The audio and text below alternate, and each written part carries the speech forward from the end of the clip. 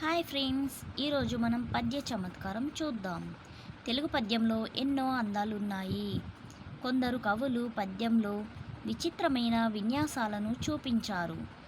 అర్థం మాట పక్కకు పెడితే శబ్దపరమైన చమత్కారం ఎంతో చూపించారు. వీటిలో కొన్నింటిని చూద్దాం. టమాటా, వికట కవి. ఇటువంటి పదాలను ఎటువైపు నుండి చదివినా ఒకే విధంగా వస్తాయని మనకు తెలుసు. అయితే ప్రతి పద్యంలోని ఒక్కొక్క పాదాన్ని ఎటు నుండి ఎటువైపు చదివినా ఒకే విధంగా వచ్చేటట్లు రాశారు కొందరు కవులు. దీనికే పాదభ్రమకము అని పేరు పెట్టారు. అయితే ఇక్కడ ఉన్నటువంటి ఒక పద్యం చూద్దాం.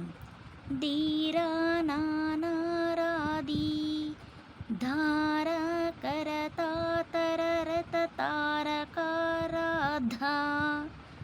ధారా సతత సరాధ ధారిత తరి ధావనాబద భ్రమకముగున్. ఈ పద్యాన్ని కాకునూరి అప్పకవి రచించారు. ఈ పద్యాన్ని చూశాం కదా, ఎటు నుండి చదివినా ఒకే రకంగా వస్తుంది. ఇందులో ఉన్నటువంటి పద్య చమత్కారాన్ని మీరు కూడా ఈ పద్యాన్ని చదివి ఒకసారి చూడండి.